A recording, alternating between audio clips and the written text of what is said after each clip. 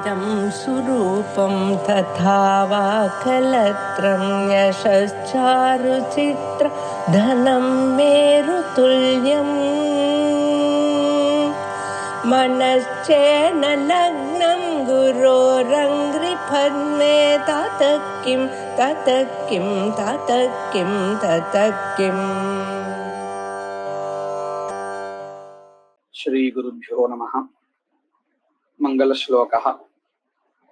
वागीशाद्या सुमनसः सर्वार्थानामुपक्रमे यं नत्वा कृतकृत्या स्युः तं नमामि गजाननं. गुरुर्ब्रह्मा गुरुर्विष्णुः गुरुर्देवो महेश्वरः गुरुः साक्षात् परं ब्रह्म तस्मै श्री गुरवे नमः. यत्कृपालेशमात्रेण पुरुषार्थचतुष्टयं प्राप्यते तमहं वन्दे गोविन्दं भक्तवत्सलम्. अनन्तगुणसम्पन्नम् अनन्तभजनप्रियम् अनन्तरूपिणं वन्दे गुरुमानन्दरूपिणम्.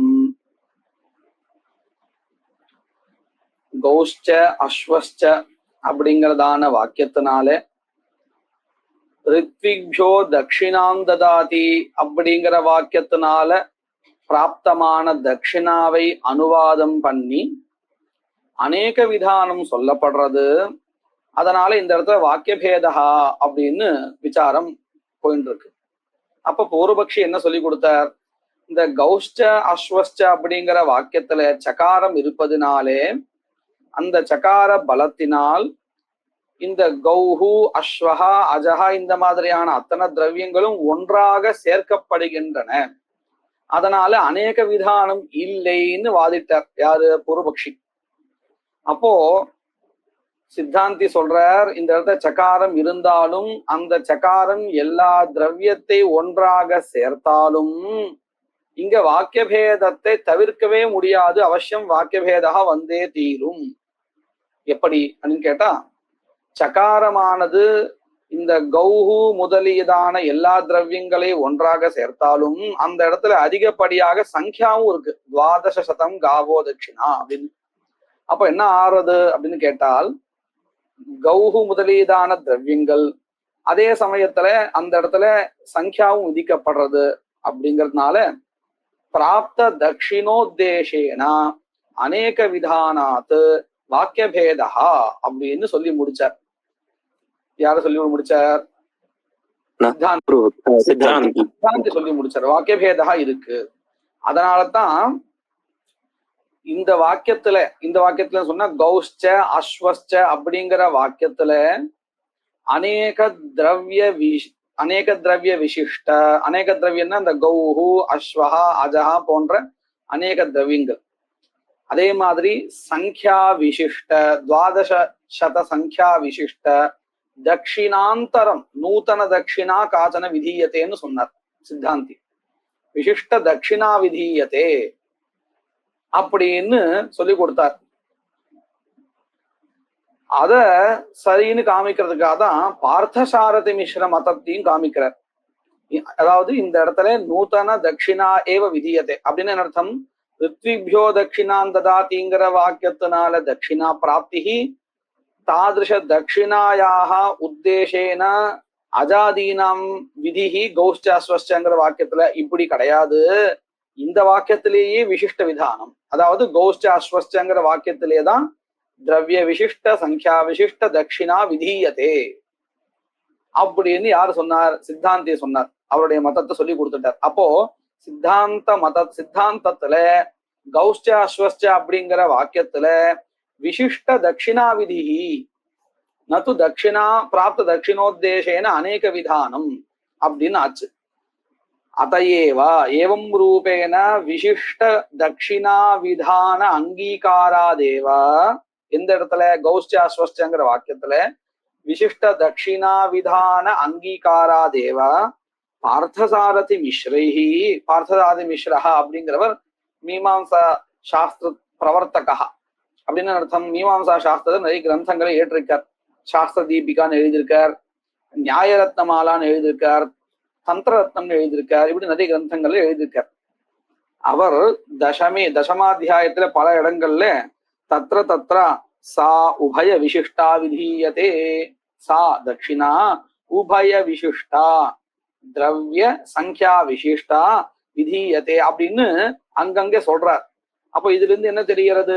கௌஷ்ட அஸ்வஸ்ட அப்படிங்கிற வாக்கியத்துலதான் திரவிய விசிஷ்ட சங்கியா விசிஷ்ட தட்சிணா விதீயத்தேன்னு தெரிகிறது. நது ருத்திபியோ ததாதிங்கிற வாக்கியத்துல. புரிஞ்சுதா இது? புரியுறதுண்ணா. புரியுது. சா உபய விசிஷ்டா விதீயதே இது अनेक गवाद्यात्मिका एका दक्षिणा विधीयते इति च उक्तम् इति केन उक्तम्? पार्थसारथि मिश्रैः उक्तम्. நீங்க இத கேட்க வந்த சொல்லுங்க. அதான் விசிஷ்ட விதானம்னா என்ன சொல்லுவாங்க? விசிஷ்ட விதானம்னா என்னது? இப்ப பாருங்க, இந்த சோமேன யஜேத அப்படின்னு நம்ம பார்த்தோமா இல்லையா? ஆமா. சோமேன யஜேத அப்படிங்கிற வாக்கியத்துல வெறும் கர்மா விதிக்கப்படுறதா அல்லது சோமலதாவுடன் கூடிய யாகா விதிக்கப்படுறதா? சோமலதாவுடன் கூடிய யாகம். அப்போ இந்த இடத்துல விசிஷ்ட யாக விதானம் அப்படின்னு சொல்லுவோம். விசிஷ்டன்னா கேன விசிஷ்டா யாகா விதியதே? சோமலதா அப்படிங்கறதான திரவிய விசிஷ்ட யாகா விதியதேன்னு சொல்றோமா இல்லையா? அதா போல இந்த இடத்துல யாகஸ்தானத்துல தட்சிணான்னு வச்சுக்கோங்க. சரியா? சோமஸ்தானத்துல கௌஹு அஸ்வஹா அஜஹா இந்த மாதிரி அங்க என்னென்ன திரவியங்கள்லாம் சொல்லப்பட்டதோ அதுவும் சங்கியாவும் இதெல்லாம் வந்து சொல்லுங்க. பொதுவாகவே தட்சிணான்றதே வந்து ஒரு இதோட சேர்ந்து தானே விதிக்கப்படும்? இல்ல, அப்படி இல்ல. பொதுவா தட்சிணா விதி இப்ப பாருங்க, ரித்விக்யோ தட்சிணா ததாதிங்கிற வாக்கியத்தினால தட்சிணா பிராப்தின்னு வச்சுப்போம். சரியா? அதாவது நான் சொல்றது வந்து பூர்வபக்ஷி சொன்னாலே அந்த மத்தப்படி வச்சுப்போம். ரித்விக்யோ தட்சிணா ததாதி அப்படிங்கிற வாக்கியத்தினால ரித்விஜாலுக்கு தட்சிணை கொடுக்கணும்னு கிடைச்சது. தட்சிணா விஹிதா. வெறும் தட்சிணா தான் அங்க பிராப்தி ஆச்சு. அதுல எந்த திரவியம் அப்படிங்கிறது கௌஷ்ட அஸ்வஷ்ட இந்த வாக்கியத்தினால தானே பூர்வபக்ஷி சொன்னா. அப்போ என்ன தெரியாது? வாக்கியமா இருந்ததுன்னா அப்படின்னு வரும். சில வாக்கியம் சேர்ந்தே வந்துடும். எப்படி இப்ப நம்ம சித்தாந்தத்தை அப்படித்தானே சொல்லிட்டு இருக்கோம். द्रव्य विशिष्ट संख्या विशिष्ट दक्षिणा विधीयते. புரியுது இல்லையா? அப்போ அதுதான் இங்க சா தட்சிணா உபய விசிஷ்டா. எப்படி சோம லதாங்கிற திரவிய விசிஷ்டமான யாகா சோமேன யஜேத அப்படிங்கிற வாக்கியத்தினால விதிக்கப்பட்டதுன்னு சொல்றோமோ அத போல இங்க ரெண்டு சோமலதா ஸ்தானத்துல ரெண்டு இருக்கு. இங்க என்னது?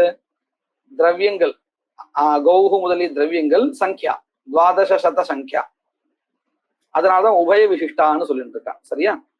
உபய விசிஷ்டா தட்சிணா விதீயதே இது அநேக கவாத்யாத்மிகா ஏகா தட்சிணா கவாதி விசிஷ்ட ஏகா தட்சிணா அത്ര விதீயதே இதி ச உக்தம்.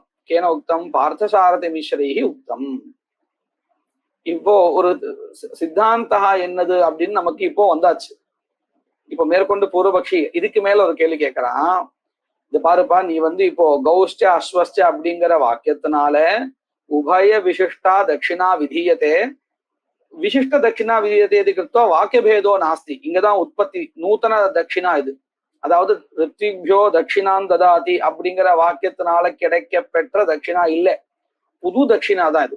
அதனால புதுசா விதிக்கும் பொழுது அப்பிராப்தேது விதீயதே பகவோ ஏகயத்னதான்னு படிச்சிருக்கோம்.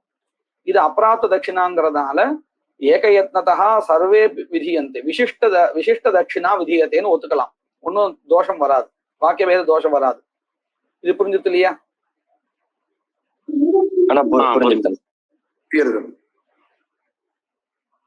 புரியுது. சரி, இப்போ பூர்வபக்ஷி என்ன கேள்வி கேட்கறான். இப்படி நீ சொல்லிட்டேன்னா ரித்விபியோ தட்சிணான் ததாதி இந்த வாக்கியம் என்ன பண்றது? இந்த வாக்கியத்துக்கு என்ன பிரயோஜனம்? இந்த வாக்கியத்துக்கு என்ன வேலை கொடுக்க போறேன்? இது வியர்த்தமாயிடுமா இல்லையா? இல்லையா? இந்த வாக்கியத்தினால தட்சிணா முன்னாடி எப்படி இருந்தது? இந்த வாக்கியம் தான் தட்சிணா விதாயகமா இருந்தது. இப்போ இந்த வாக்கியத்தினால தட்சிணா சொல்லப்படல. எந்த வாக்கியத்தினால தட்சிணாவும் சேர்த்தே சொல்லப்படுறது? அப்படிங்கிற வாக்கியத்தினால்தான் சொல்லப்படுறது. அப்போ இந்த வாக்கியம் என்ன வேலை பண்றது? வியர்த்தம் இல்லையா? அப்படின்னு சொல்லணும். அப்படின்னு கேள்வி கேட்கிறான். யாரு கேள்வி கேட்கிறான்? பூர்வபக்ஷி சித்தாந்தி பார்த்து கேள்வி கேட்கிறான். பாருங்க, நச்சைவம் ரித்விக்யோ தட்சிணாம் ததாதி இத்யஸ்ய ஆனர்த்தக்கியம். நீ இப்படி கேள்வி கேட்டேன்னா ஆனர்த்தக்கியம்லாம் இல்லை, அதுக்குன்னு ஒரு பிரயோஜனம் இருக்கு. என்ன பிரயோஜனம்? தஸ்ய அனுவாதத்வாத். இந்த கௌஷ்ட அஸ்வஸ்ட அப்படிங்கிறது அப்படிங்கிற வாக்கியத்தினால எந்த தட்சிணா சொல்லப்பட்டதோ அந்த தட்சிணாவை அனுவாதம் பண்றது, காமிக்கிறது. எது? ரித்விக்யோ தட்சிணாந்ததாதிங்கிற வாக்கியம். இப்படி அனுவாதம் பண்ற வகையில அதற்கு ஒரு பிரயோஜனம் இருக்கு. அனுவாதம் பண்றதா இல்லையா, அந்த தட்சிணாவை இதை காமிக்கிறதா இல்லையா, இதுதான் பிரயோஜனம் அப்படின்னு யார் சொல்றான்? சித்தாந்தி. ஆனா இது நல்லா இருக்கும். அனுவாதம் பண்ண பிரயோஜனம் இது எந்த வாக்கியம் முன்னாடி வந்தது, எந்த வாக்கியம் ரெண்டாவது வந்தது, அந்த மாதிரி நீங்க கேட்க கேள்வி புரியறதுனால கேள்வியானா வேதத்தை அப்படி சொல்ல முடியாது. வேதத்தை பொறுத்து எல்லாம் ஒரே மாதிரி தானே, எல்லாம் வேதம்னா ஒண்ணுதானே, ஆணுபூர்வம் சொல்ல முடியாது. அக்னிஹோத்திரன் ஜுஹோதி தத்னா ஜுஹோதி அப்படிங்கிறச்சே அங்க ஆணுபூர்வியம் வேதத்துல இல்ல, நாம தான் சொல்லிட்டு நாம தான் அப்படி சொல்லிட்டு இருக்கோம். வேதத்தை இப்படி இருக்கு அப்படிக்கலாம் இல்ல. ஒவ்வொரு வாக்கியத்துக்கும் ஒரு பிரயோஜனத்தை கொடுக்கணுங்கிறதுனால முதல்ல அக்னிஹோத்திரம் ஜுஹோதிங்கிற வாக்கியத்தினால கர்மோத்பத்தி, பிராப்த கர்மோத்தேசன தத்னா ஜுஹோதிங்கிறதுல திரவிய விதானம் அப்படின்னு நாம சொல்லிட்டு இருக்கோம். அங்கேயும் கூட எல்லா வாக்கியத்துக்கும் வேலை கொடுக்கணும், எந்த வாக்கியமும் வியர்த்தம் ஆடக்கூடாதுங்கிறதுக்காக அப்படிலாம் பண்ணிட்டு இருக்கோம். இப்போ அந்த மாதிரி வையர்த்தியம் வரும் பொழுது கேள்வி கேட்கிறான் பூர்வபக்ஷி. அதுக்கு பதில் என்ன சொல்றார்? இது அனுவாதம் பண்றது. சரி, இந்த அனுவாதம் பண்ணி என்ன பிரயோஜனம்? ஏதோ அதாவது இந்த வாக்கியத்துக்கு வையர்த்தியம் சொல்லக்கூடாது அப்படிங்கிறதுக்காக அனுவாதம் பண்றதுன்னு சும்மா ஒரு தலையில கட்டின்னு இருக்கும் இல்லையா? இந்த விளையாட்டுல எல்லாம் பார்த்தோம்னா டீம் எடுக்கிறச்ச உப்புக்கு சப்பானி அப்படின்னு ஒரு போஸ்ட் கொடுப்பா. அப்படின்னு அர்த்தம் அந்த பையனை சேர்த்துக்காம இருந்தா விளையாட்டுல அவன் வருத்தப்படுவான். சும்மாவே ஒரு சேர்த்து வச்சுக்கிறது அப்படின்னு வச்சுப்போம். ஞாபகம் இருக்கா? சின்ன வயசு குழந்தைகள் நம்ம விளையாட இப்படிலாம் யாரோ ஒருத்தர் சேர்த்துப்போம். அதுக்கு என்ன அதை சேர்த்துக்கிறது என்ன பிரயோஜனம்? ஒன்னும் கிடையாது. அவன் ஒன்னும் பண்ண மாட்டான்னு தெரியும். சரி, அவன் மனசை வருத்தப்படக்கூடாது, அதுக்காக நம்ம அவனை டீம்ல சேர்த்து வச்சுக்கிறோம் அப்படின்னு சொல்றது. அதை போலதான் இந்த அனுவாதங்கிறதுக்கு தனியா ஒரு பெரிய பிரயோஜனம் எல்லாம் ஒண்ணும் கிடையாது. வையர்த்தியம்னு சொல்லாம அத அனுவாதம்னு சொல்லிக்கிறது. அப்போ என்ன பெரிய பிரயோஜனம் வந்தது? சித்தாந்தி மதத்துல ரித்விக்யோ தட்சிணாம் ததாதி அப்படிங்கிற வாக்கியத்துக்கு ஒரு மகத் பிரயோஜனம் ஒன்னும் இல்லை அப்படின்னு ஆகி போச்சா இல்லையா? அனுவாதத்துவம் ஒத்துண்ட பட்சத்துலயும் அப்படிதான் வருது இல்லையா? புரியுறதா? இது இப்ப நான் சொன்ன கேள்வி இப்படின்னு இருக்கும் பொழுது சித்தாந்தியே சொல்றான், சரி அனுவாதத்துவம் சொல்றதுனால ஒரு பெரிய பிரயோஜனம் இல்லை, நான் இன்னொரு ஒரு பிரயோஜனத்தை சொல்றேன். இந்த வாக்கியத்துக்கு எப்படி வையர்த்தியம் வராமல் இருக்குமோ அப்படி இருக்கிறதுக்கு ஒரு வழிவகை நான் பண்றேன் அப்படின்னா என்ன பண்றார்? இங்க பாருங்க, ஜோதிஷ்டோமத்துல சமசாத்வரியவகான்னு சில பேர் உண்டு. இது நீங்க பிரயோகத்துல பார்த்திருக்கலாம் இல்லையா? சமச பாத்திரங்கள் இருக்கும். இந்த சமச பாத்திரங்கள்ல இருக்கக்கூடிய சோம லதை இருக்கே, அந்த சோமலத்தையினுடைய ரசத்தை ஹோமம் பண்ணணும், பிரக்ஷேபம் பண்ணணும். இதை யாரு பண்ணணும் அப்படின்னு கேட்டா அத்வரியு பண்ணணும். ஆனா அத்வரியுவானவர் வேற ஒரு காரியத்துல வியாபிரதமா இருக்கார், பிஸியா இருக்காருன்னு வச்சுப்போம். அப்போ அவரால் பண்ண முடியலன்னா இதுக்காகவே ஒரு 10 பேரை கூப்பிட்டுப்பா, அங்க இருக்கிறவாளை கூப்பிட்டுப்பா. அவளுக்கு என்ன பேரு அப்படின்னு கேட்டா சமசாத்வரியவகான்னு பேரு. வஸ்துதா அத்வரியு கிடையாது. அதாவது வரணம் பண்ணி நீ அத்வரிவா இருக்கணும் அப்படின்னு கேட்டுண்டவா கிடையாது. அந்த ஒரு சமயத்துல அந்த 10 கிரக பாத்திரங்கள்ல இருக்கக்கூடியதான சமச பாத்திரங்கள்ல இருக்கக்கூடியதான சோமலதா ரசம் இருக்கே, அத ஹோமம் பண்றதுக்காக கூப்பிட்டுண்டவா. அவளுக்கு என்ன பேரு? சமசாத்வரியவகான்னு பேரு. இது புரியுறதா? இந்த சமசாத்வரியவகா வாஸ்தவிகத்துல ரித்விஜால் கிடையாது. எப்படி இந்த அத்வர்யூ ஹோதா இப்படின்னு வரிசையா ஒரு 16 பேர் இருக்கா இல்லையா, ஒவ்வொரு கணத்துலயும் 4 பேருன்னு இந்த கோஷ்டியில வர்றவ கிடையாது. அந்த சமயத்துக்கு உபகாரத்துக்காக கூப்பிட்டுக்கிறவா. இப்போ அவளுக்கும் கூட ரித்விஜத்துவம் இருக்கு, ஈஷது இருக்குன்னு வச்சுப்போம். வரணம் பண்ணி ரித்விஜத்துவம் வரலன்னாலும், அதாவது பிரதான ரித்விஜத்துவம் இல்லைன்னாலும் கவுன ருத்திஜத்துவம் இருக்கு. சமசாத்வர்யவாளுக்கும் ரித்விக்வம் இருக்கு. ரித்விக்வம்னா என்னது? கர்ம நிர்வர்த்தகத்துவம். இந்த கர்மாவை பண்றது, கர்மாவை அனுஷ்டிப்பதுல எஜமானனுக்கு உபகாரகமா இருக்கக்கூடியது, இதுதான் ரித்விக்வம். அந்த ரித்விக்வம் இவாளுக்கும் கவுனமோ முக்கியமோ இருக்கா இல்லையா? யாருக்கு? சமசாத்வர்யுகளுக்கு இருக்கா இல்லையா? இருக்கா இல்லையா? இருக்கு. இருக்கு. அப்போ என்ன ஆயிடும்? தட்சிணாதானம். இப்ப இந்த வாக்கியம் இல்லைன்னு வச்சுப்போம். ரித்விக்யோ தட்சிணாம் ததாதி, இந்த வாக்கியம் இல்லைன்னு வச்சுட்டு பேசுவோம். இல்லைன்னா என்ன ஆயிடும் தெரியுமா? வெறும்னா ஒரே வாக்கியம் தான் இருக்கு. கௌஷ்ட அஸ்வஸ்ட அஸ்வதரஸ்ட இப்படின்னு இந்த வாக்கியம் தான் இருக்கு. இந்த வாக்கியத்தினால சொல்லப்பட்ட தட்சிணாவானது அத்வர்யு முதலியதான முக்கிய ருத்விஜால் இருக்காளே அவளுக்கும் கிடைக்கும், இந்த சமசாத்வர்யவாளுக்கும் கிடைக்கும். சரியா? ஆனா வாஸ்தவிகத்தை யாருக்கு இந்த தட்சிணை போய் சேரணும்? முக்கிய ருத்விஜால் யாருக்காலோ அவளுக்கு தான் போய் சேரணும் இல்லையா? அதை எப்படி வாரணம் பண்றது? அதுக்காக தான் இந்த வாக்கியம் வந்திருக்கு அப்படின்னு சித்தாந்தி சொல்றார். எப்படி? ரித்விக்யோ தட்சிணாம் ததாதிங்கிறது இந்த ரித்விக் பதம் யார் இடத்துல நம்ம முக்கிய பிரயோகமா வச்சிருந்தோம்னா அத்வர்யவாதிகள்ல, இந்த சமசாத்வர்ய இருக்காளே அவளுக்கு நாம ரித்விஜாக்கள் அப்படின்னு சொல்றது இல்லை. அப்ப இந்த வாக்கியம் நமக்கு என்ன பண்ணி கொடுக்கறது? யாரெல்லாம் வரணம் பண்ணி கிடைச்சாலோ ரித்விஜால் அவளுக்குத்தான் தட்சிணா அப்படிங்கிறத சொல்லி கொடுக்கிறது. எந்த வாக்கியம்? ரித்விக்யா தட்சிணாம் ததாதிங்கிற. அப்போ இந்த வாக்கியத்துக்கு ஒரு பிரயோஜனம், நல்ல ஒரு பிரயோஜனம் கிடைச்சிருந்தா இல்லையா? அனுவாதகானுங்கிற ஒரு பட்சத்தை சொல்லி கொடுத்தாரு சித்தாந்தி. அது சரியில்லை, அவ்வளவு ஒன்றும் பெரிய ஒரு பிரயோஜனம் கிடையாது. ஆனா இப்ப சொன்னாலே இந்த பிரயோஜனம் நல்ல பிரயோஜனம். இந்த வாக்கியத்துக்கு ஒரு சார்த்தக்கியம் கிடைச்சிருந்தா இல்லையா? ஆமா. அப்போ சித்தாந்தத்துல பாருங்க, ரெண்டு வாக்கியத்துக்கும் ஒவ்வொரு வேலை வந்துருச்சு. கௌஷ்ட அப்படிங்கிற வாக்கியத்தினால விசிஷ்ட தட்சிணா விதியத்தைன்னு அந்த வாக்கியத்துக்கு ஒரு நல்ல காரியம் கிடைச்சாச்சு, நல்ல விஷயம் வந்தாச்சு. அதே மாதிரி ரித்விக்யோ தட்சிணா ததாதி அப்படிங்கிற வாக்கியமும் இப்போ வியர்த்தம் ஆகல, அதுவும் ஒரு காரியம் பண்றது. அதாவது ரித்விக் பின்னா யார் இருக்காளோ அத்வர்யுவாதி பின்னாக தேஷாம் தட்சிணாதானம் நாஸ்தி தேபியா தட்சிணா நதியதே அப்படிங்கிற அர்த்தத்தையும் இது கொடுத்துடுறது. அப்போ இந்த வாக்கியத்துக்கு ஒரு நல்ல சார்த்தக்கியம் இருக்கு. இப்ப எல்லாம் சரியாயிடுச்சு. சித்தாந்தினுடைய பட்சத்துல எல்லா விஷயங்களும் சரியாயிடுச்சு. பாருங்க, நச்சைவம் ரித்விக்யோ தட்சிணாம் ததாதி இத்தியஸ்ய அனர்த்தக்கியம் ந அனர்த்தக்கியம். ஏன்னா தஸ்ய அனுவாதத்வாத். இது முதல் பட்சம். சித்தாந்தியானவர் இந்த வாக்கியத்துக்கு சார்த்தக்கியம் இருக்குன்னு சொல்ல வரும் பொழுது முதல் பட்சம் என்னன்னு அனுவாதத்துவம் சொன்னார். ஆனா அது அவ்வளவு ஒன்றும் சுவாரஸ்யப்படலை. அதுக்காக என்ன பண்ணிட்டார்?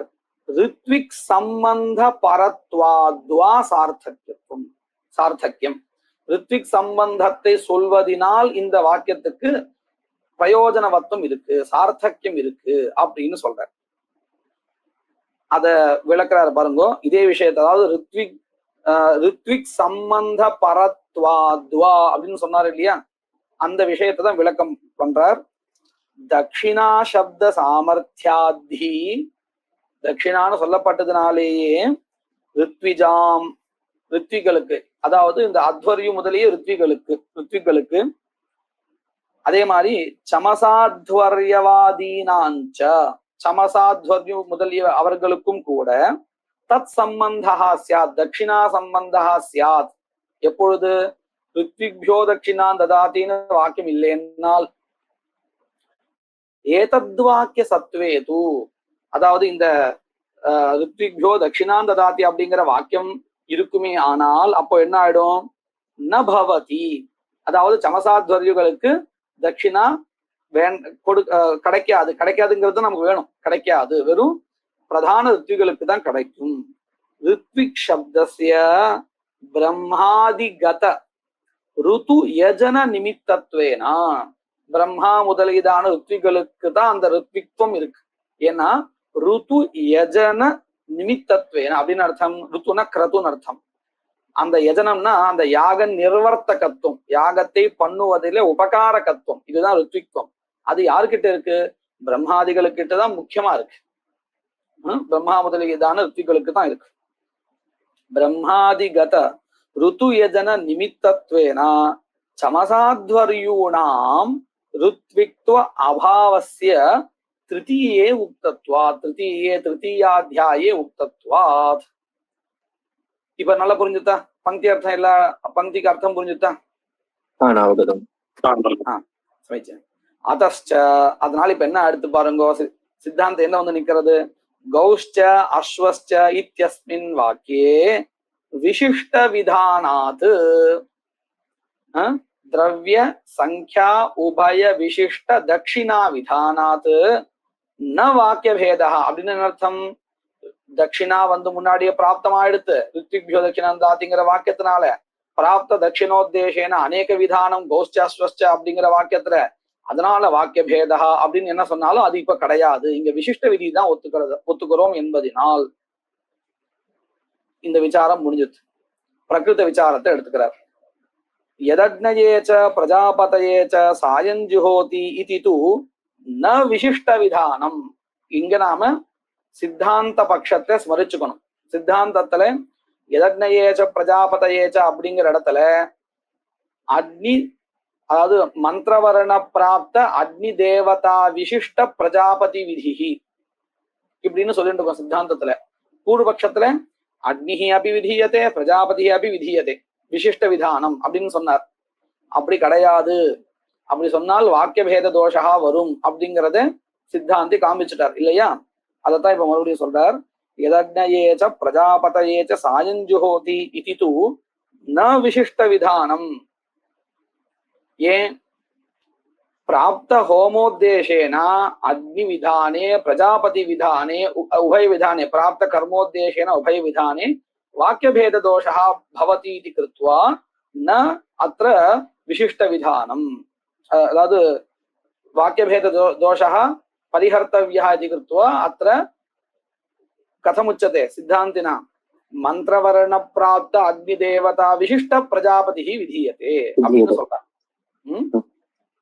யதக்னயேச்ச பிரஜாபதயேச்ச சாயஞ்சுஹோதி இதி து ந விசிஷ்ட விதானம். ஏன்னா ஹோமஸ்ய அக்னிஹோத்ரம் ஜுஹோதி இத்யனேன பிராப்தத்வாத். அதஸ்ச ஹோமானுவாதேன சமுச்சித உபய விதானே வாக்கிய பேதாத் கௌரவாபத்தேஷ்ச ரெண்டும் வரும். அதாவது ரெண்டு விதிச்சால் பிராப்த கர்மோத்தேசேன அநேக விதானம், ரெண்டு இல்லே அக்னி சமுச்சித பிரஜாபதி ஏக விதானம் சொன்னா கௌரவ லட்சணாபத்தி ரெண்டு தோஷா வரும். இன்னும் சொல்ல போனா கௌரவ லட்சணாபத்தியை காட்டும் வாக்கிய பேதா தான் வரும் அப்படின்னு நிரூபிச்சுட்டார்.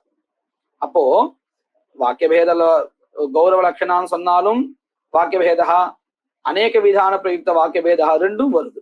சரியா?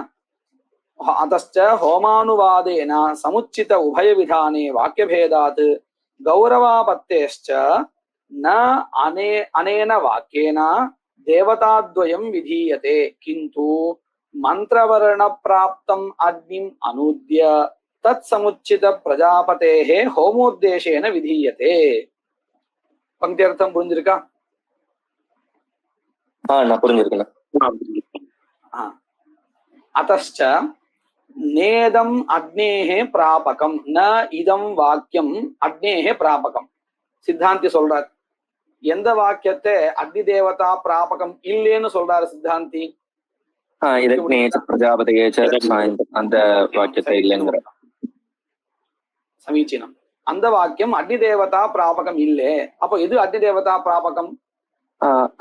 இது அக்னிர் ஜோதிர் ஜோதிர் சமீச்சீனம் உக்தம் ததேவ. அதுதான் சொல்றார். அதஸ்ச ந இதம் அக்னேஹே பிராபகம் கிந்து மந்திரவர்ணா தேவா. இப்ப நீங்க சொன்னது அப்படியே வந்துட்டு பாருங்க பங்கில. அதஸ்ச தேனா அக்னேஹே பிராப்தத்வாத்.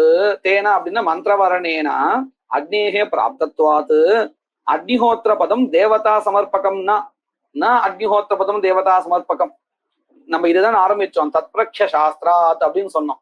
அக்னிஹோத்திர பதத்துல அக்னி பதம் தேவதா பிராபகம் வா நவா அப்படின்னு விசாரம் பண்ணினோம் இல்லையா? அப்படிதான் ஆரம்பிச்சோம்.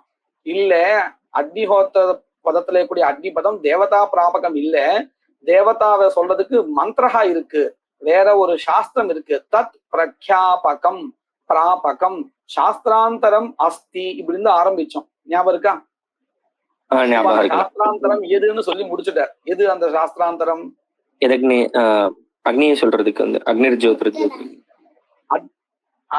அக்னிர் ஜோதிங்கிற அந்த மந்திரஹாதான் இங்க சாஸ்திராந்தரம். அப்போ அக்னிஹோத்திர பதத்துல இருக்கக்கூடிய அக்னி பதம் தேவதா பிராபகம் இல்ல, கர்ம நாமதேயம். ஏன்னா தேவதா பிராபகம் அது இல்லைன்னு ஆயிடுத்து. ஏன்னா மந்திரமே தேவதா பிராபகமா இருக்கு. சாஸ்திராந்தரம் மந்திரஹா இங்க. அதனால அக்னிஹோத்திர பதத்துல இருக்கக்கூடிய அக்னிஹோத்திர பதம் தேவதா போதகன்னா கிந்து கர்ம நாமதேயம் இல்லையா? அதைத்தான் சொல்ற பாருங்க.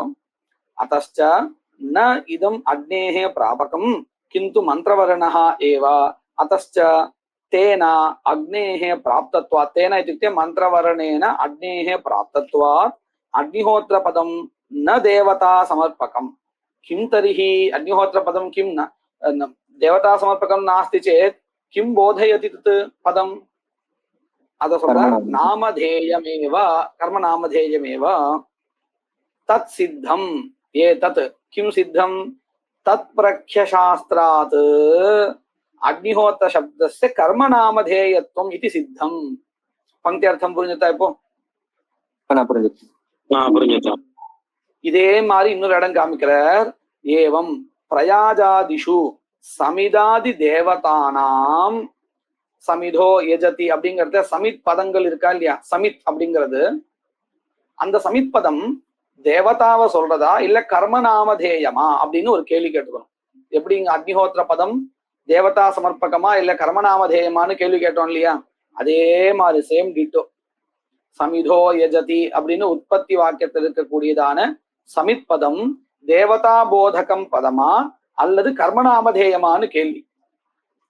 அங்க என்ன பதில்? அங்க இதே மாதிரிதான். தேவதா போதகா மந்திரஹா தத்ர வர்த்ததே. என்ன மந்திரஹா? சமித சமிதோ அக்ன ஆஜ்யஸ்யவ்யந்து இடோ சமித சமிதோ அக்னாஜ்யஸ்யவியந்து அப்படின்னு பதம். இது மந்திரம். இந்த மந்திரத்தினாலேயே சமிதாதி தேவதைகள் கிடைச்சது. அப்போ சமிதோ யஜதிங்கிற உற்பத்தி வாக்கியத்துல இருக்கக்கூடியதான சமித் பதம் தேவதா போதகமா இல்ல கர்மநாமதேயமா? எப்படி வரும்? கர்மநாமதேயம். ஏன்னா தேவதாவை சொல்லுகின்ற சாஸ்திராந்தரம் இருக்கு. என்ன சாஸ்திராந்தரம் அது?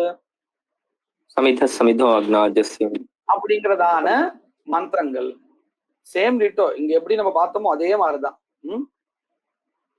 ஏவம் பிரயாஜாதிஷு சமிதாதி தேவதானாம் சமித சமிதோ அக்ன ஆஜ்யஸ்ய வியந்து இத்யாதி மந்திரவர்ணேபியः பிராப்தத்வாத் சமிதோ யரதி இத்யாதிஷு உற்பத்தி வாக்கியேஷு சமிதாதி சப்தாः தத்பிரக்ஷசாஸ்திராத் கர்மநாமதேயானி. பங்கி அர்த்தம் புரிஞ்சிருக்கா? புரிஞ்சது. இந்த விஷயத்தை இந்த தத்பிரக்ஷ சாஸ்திரத்தை சொல்லுகின்ற வார்த்திக ஸ்லோகத்தை காமிக்கிறார். யதாஹு விதித்சித குணப்ராபி சாஸ்திரம் அன்யத் யதஸ்த்விஹ தஸ்மாத் தத் பிரமாணம் யர்த்தமிதி நாமத்துவம் இஷ்யதே. என்ன அர்த்தம் பாருங்க.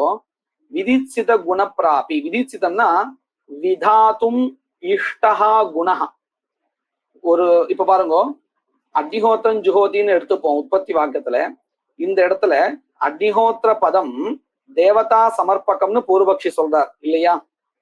ஏன் அப்படி சொல்றார்? இந்த கர்மாவில அக்னி தேவதான்னு கிடைக்கணுங்கிறதுக்காக தான் அப்படி சொல்றார். அப்போ இந்த இடத்துல பூர்வபக்ஷிக்கு எது விருப்பமா இருக்கு? அக்னி தேவதா விதிக்க வேண்டும் இந்த கர்மாவுக்கு அங்கமாக அப்படின்னு விதிச்சிதமா இருக்கு. புரியுதா இது? புரியுதுண்ணா.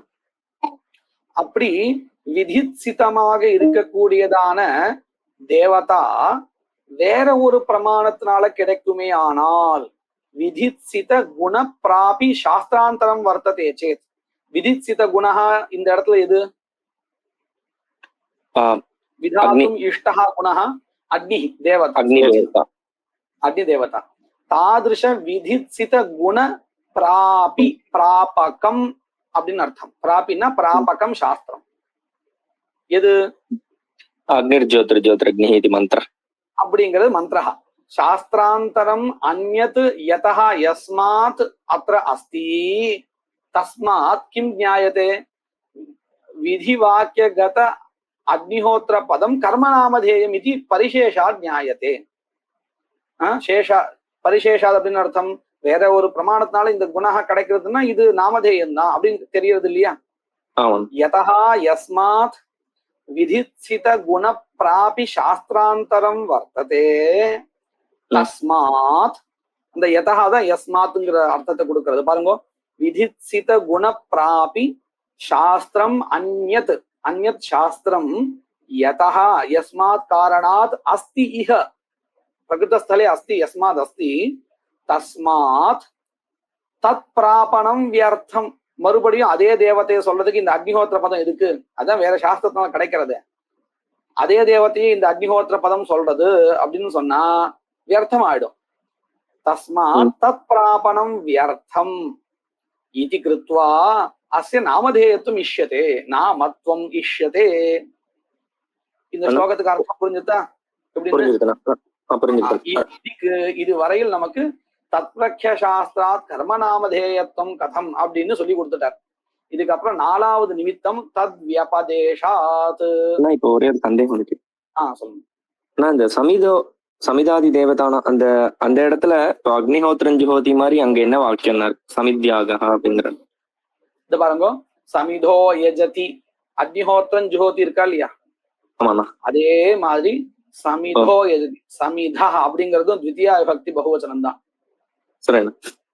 நமக்கு அந்த இம்மு அக்னிஹோத்திரம் மாதிரி இங்க இம்மு இல்லைன்னா இது சமித் அப்படிங்கிற ஸ்ரீலிங்க சப்தா இருக்கிறதுனால இல்ல அந்த வாக்கியம் ஞாபகம் இல்ல. சமிதோ யஜதிங்கிற வாக்கியம் ஞாபகம் இல்ல. அதான் சமிதோ யஜதிங்கிறது உற்பத்தி வாக்கியம்.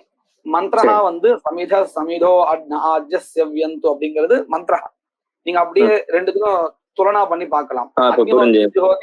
சமிதோ சமித சமிதோ யஜதி ஜோதிர் அக்னி ஸ்வாஹா சமித சமிதோ ஆஜ்யஸ்யவ்யந்து அப்படின்னு கரெக்டா ரெண்டு ஒரே மாதிரி. சரி,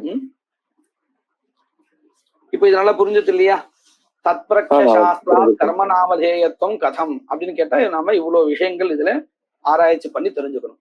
கண்டிப்பா நம்ம இதுல படிச்சதுல ஒரு புத்தி வைஷத்தியம் நமக்கே தெரியாம வந்திருக்கும். அதை நீங்களே கவனிச்சுக்கலாம்.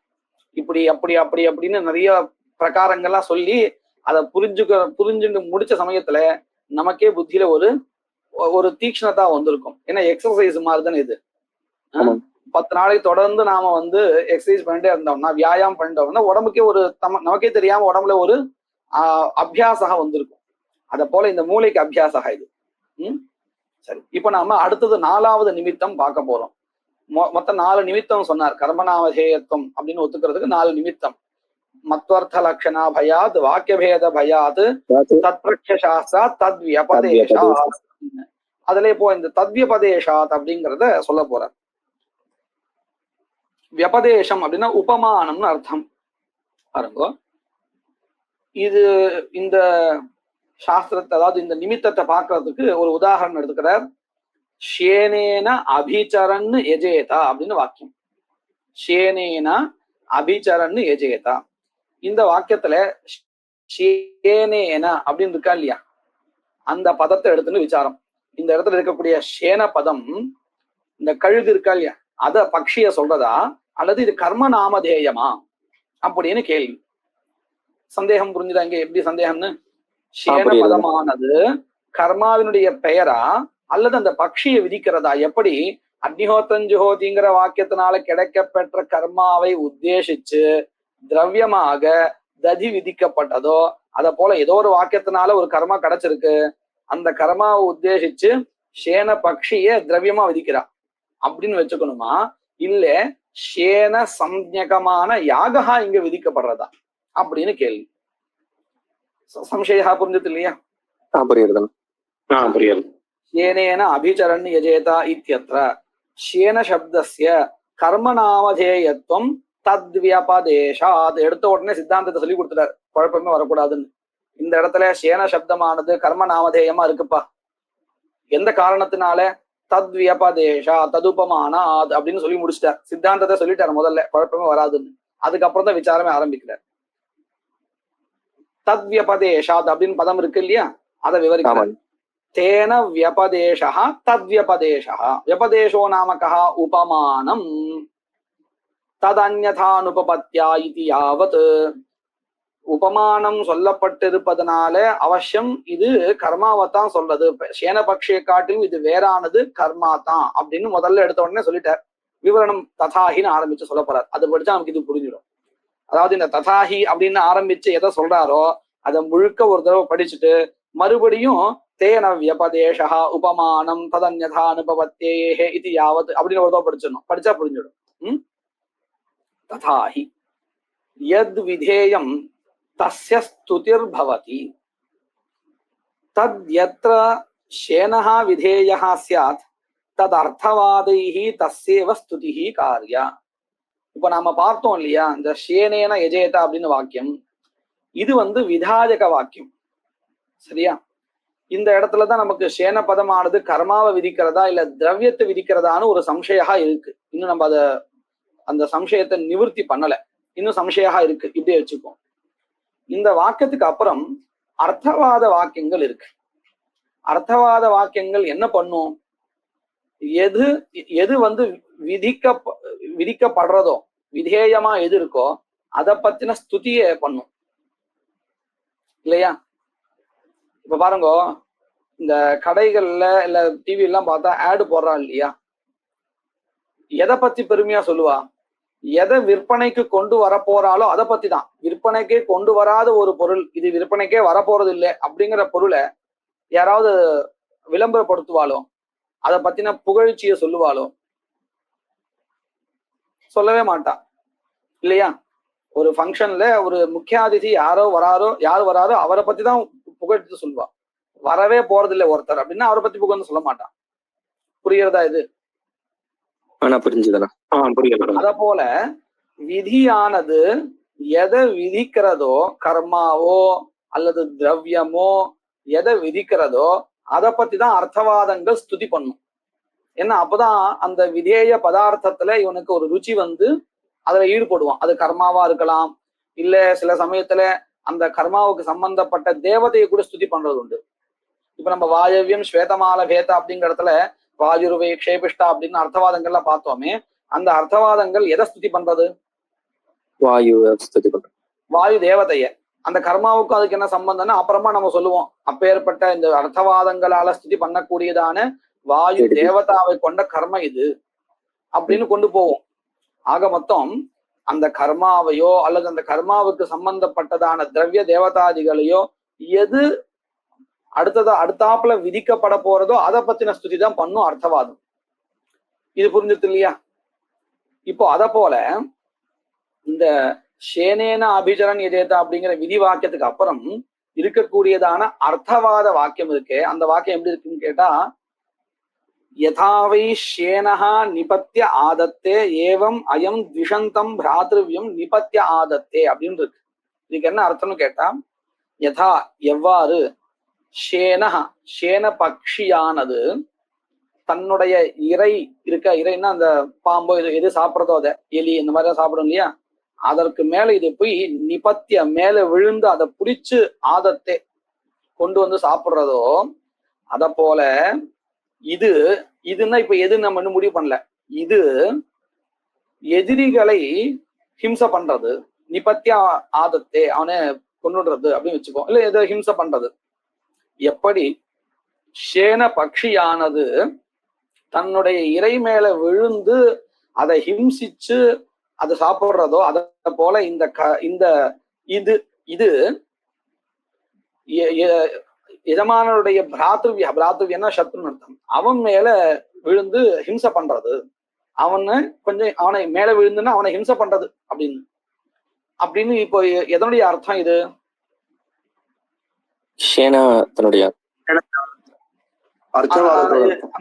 அந்த விதிவாக்கியத்துடைய அர்த்தவாதம் இது அங்கே சொல்லப்படுறது. இப்போ இந்த அர்த்தவாதம் நீங்க நல்லா கவனிங்கோ. இந்த அர்த்தவாதத்துல 2 சேன பதம் இருக்கு. யதாவை சேனோ நிபத்திய ஆதத்தே ஏவம் அயம். அயம்னா இதுன்னா எதுன்னு சொல்லல. சேன பக்ஷியா சேன கர்மாவா அது சொல்லப்படலை. ஆனா நம்ம இப்ப என்ன அர்த்தம் எடுத்துட்டா சரியா வரும்? யதாவை யாகஹ. ஷேனஹ அப்படின்னு இப்படி எடுத்துட்டா சரி வருமா பாருங்க. யதாவை ஷேனஹ ஷேன பக்ஷி நிபத்திய ஆதத்தே ஏவம் ஷேனஹ அயம்னா ஷேனஹ ஷேன பக்ஷி இப்படின்னு அர்த்தம் வச்சுப்போம். யதாவை ஷேனோ நிபத்திய ஆதத்தே அப்படிங்கிற இடத்துலயும் ஷேன பதத்துக்கு ஷேன பக்ஷின்னு அர்த்தம்.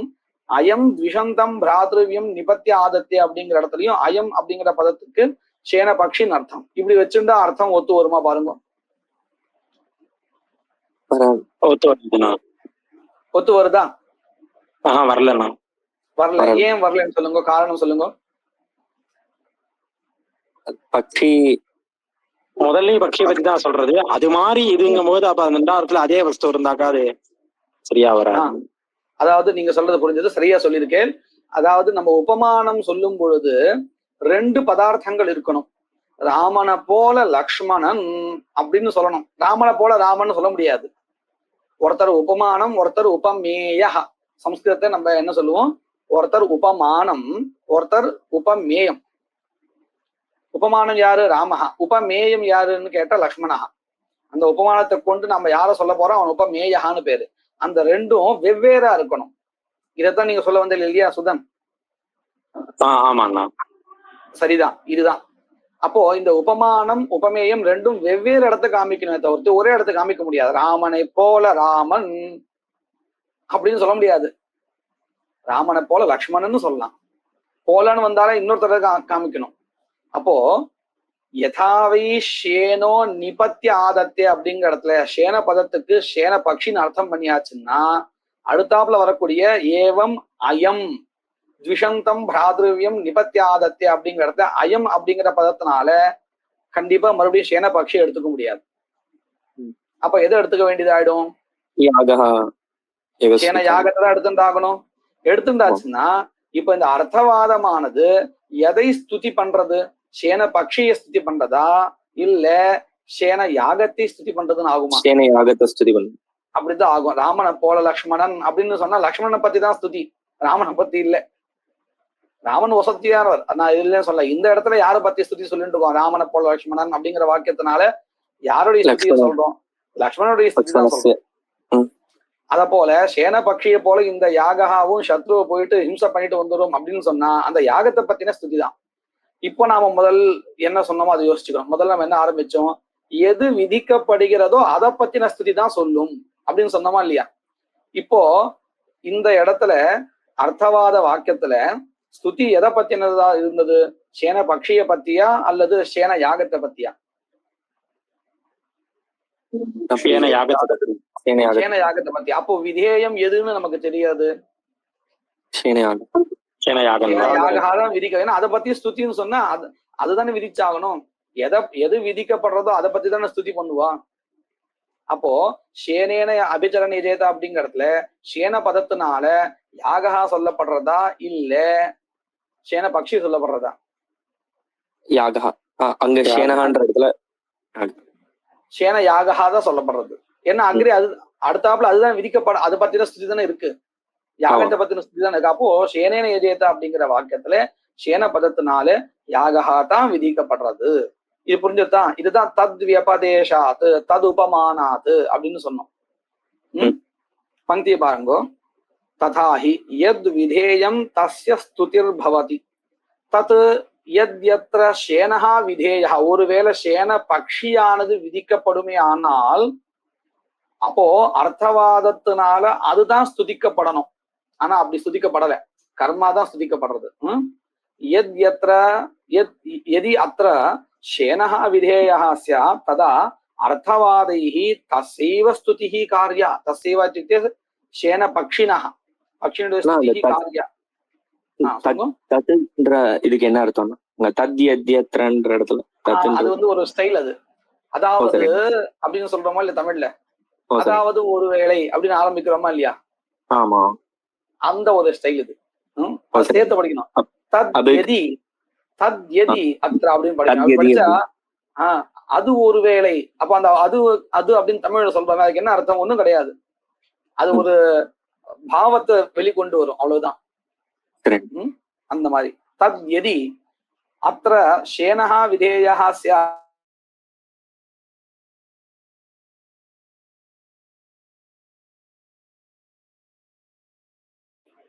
ஆனா வாஸ்தவிகத்துல இங்க அர்த்தவாதத்தினால சேன பக்ஷி ஸ்துதிக்கப்படலை. அதுதான் மேற்கொண்டு சொல்றாரு. நச்ச யதாவை ஷேனோ நிபத்திய ஆதத்தே ஏவமயம் த்விஷந்தம் பிராத்ருவ்யம் நிபத்திய ஆதத்தே இத்யனேன அத்ரத்யேன அர்த்தவாதேன ஷேனஹ ஸ்தோத்தும் சக்கியஹ ஷேன பக்ஷி ஸ்தோத்தும் ந சக்கியஹ. ஏன் ஷேன பக்ஷி ஸ்தோத்திரம் பண்ண முடியாதான்னு? அதனுடைய ஸ்தோத்திரம் பண்ண முடியாதா? பண்ண முடியும். ஆனா இந்த இடத்துல உபமான உபமேய பாவம் ரெண்டும் பின்னமான வஸ்துக்களை தான் இருக்குங்கிறதுனால சேன பக்ஷியை வச்சுண்டு சேன பக்ஷியே ஸ்துதிக்கப்படுறதுன்னு சொல்ல முடியாது அப்படின்னு சொல்ல போற. சேன உபமானேன அர்த்தாந்தர ஸ்துதேஹே, அதாவது பதார்த்தாந்தர ஸ்துதேஹே கிரியமானத்வாத் நச்ச சேனோபமானேன சயேவ ஸ்தோத்தும் சக்கியதே. இங்க இந்த மாதிரி இங்க பார்த்தோம்டா, சேன உபமானத்தை வச்சுட்டு சேன பக்ஷியே ஸ்துதிக்கப்படுறது அப்படின்னு எங்கேயாவது உண்டா? கிடையாது. ஏன்னா உபமான உபமேய பாவசிய பின்ன நிஷ்டத்வாத். உபமான உபமேய பாவா எப்பொழுதும் பின்னமா இருக்கக்கூடிய ரெண்டு வஸ்துக்கள் தான் இருக்கும். இதைத்தான் நம்ம சொன்னோம். ராமனை போல லக்ஷ்மணன் அப்படின்னு சொல்லாம தவிர்த்து ராமனை போல ராமன் சொல்ல முடியாது. யதாத்து அதே நம்ம இந்த யதாவை ஷேனோ நிபத்திய ஆதத்திய அப்படிங்கிற இடத்துல ஷேன பதத்துக்கு ஷேன பக்ஷின்னு அர்த்தம், அயம் அப்படிங்கிற பதத்துக்கு ஷேன யாகஹான்னு அர்த்தம். இப்படி வச்சிருந்தா சரியா போயிடும் இல்லையா? அர்த்தவாத வாக்கியத்துல யதாவை ஷேனோ நிபத்திய ஆதத்தே அப்படிங்கிறதுல ஷேன பக்ஷி நிபத்திய ஆதத்தே ஏவம் அயம், அதாவது ஷேன சம்ஞக யாகஹா இப்படின்னு அர்த்தம் பண்ணிட்டா சரியா போயிடும். ரெண்டும் பின்ன பின்ன பதார்த்தம் ஆயிடும். அதுதான் சொல்றாரு. யதாத்து ஷேன சம்ஞகா யாகஹா விதீயதே ததா அர்த்தவாதேன ஷேனோபமானேன தஸ்ய ஸ்துதிஹி கர்த்தும் சக்கியதே. தஸ்ய இत्युक्ते ஷேன சம்ஞக யாகஸ்ய ஸ்துதிஹி கர்த்தும் சக்கியதே இதி. ஷேன சப்தஸ்ய, ஷேன சப்தத்திற்கு தத் வியபதேஷாத் உபமானாத் யாகநாமதேயத்துவம். இது புரிஞ்சுதா அப்படின்னு? புரிஞ்சுதான். இதைத்தான் அந்த வாக்கியத்தை முதல்ல சொன்னான். தேன வியபதேஷா உபமானம் ததன்யதா அனுபபத்யா இது யாவத் அப்படின்னு இதைத்தான் சொன்னான். சரி, இப்போ கடைசியில இப்ப என்ன ஆச்சு? தத் சித்தம் நிமித்த சதுஷ்டயாத் கர்மநாமதேயத்துவம். 4 நிமித்தங்களை கொண்டு கர்மநாமதேயத்துவம் இந்த பதங்களுக்கு கிடைக்கிறது அப்படின்னு முடிவு செய்யப்படுகிறது என்பது சித்தமாகிறது இப்படின்னு சொல்லி ஆரம்பிச்ச விஷயத்தை முடிச்சுட்டார். இதுல சில பேர் 4 நிமித்தங்கள் இல்ல, 5வது நிமித்தமா இன்னொன்னு இருக்கு அப்படின்னு விசாரம் ஆரம்பிக்கிறான். இந்த கிரந்தக்காரர் அப்படி கிடையாது, 4 தான், 5வது ஒண்ணு கிடையாது. அந்த 5வது நீங்க எதை சொல்றீங்களோ அதையும் இந்த 4 நிமித்தங்களுக்குள்ளாரையே அடக்க முடியும் அப்படின்னு காமிக்க போறார். இதுதான் மேற்கொண்டு கிரந்தம் போக போறது. நாம அடுத்த வர கிளாஸுகள்ல இதை பார்க்கலாம். மங்கள ஸ்லோகா. வாகீஷாத்யா சுமனசஹ சர்வார்த்தானாமுபக்ரமே யம் நத்வா கிருதகிருத்யா ஸ்யுஹு தம் நமாமி கஜானனம். குருர் பிரம்மா குருர் விஷ்ணு குருர்தேவோ மகேஸ்வரः குரு சாக்ஷாத் பரம் பிரம்ம தஸ்மை ஸ்ரீ குரவே நமः. யத்கிருபாலேஷமாத்ரேண புருஷார்த்த சதுஷ்டயம் प्राप्यते तमहं वन्दे गोविन्दं भक्तवत्सलम् अनन्तगुणसम्पन्नम् अनन्तभजनप्रियम् अनन्तरूपिणं वन्दे गुरुमानन्दरूपिणम्.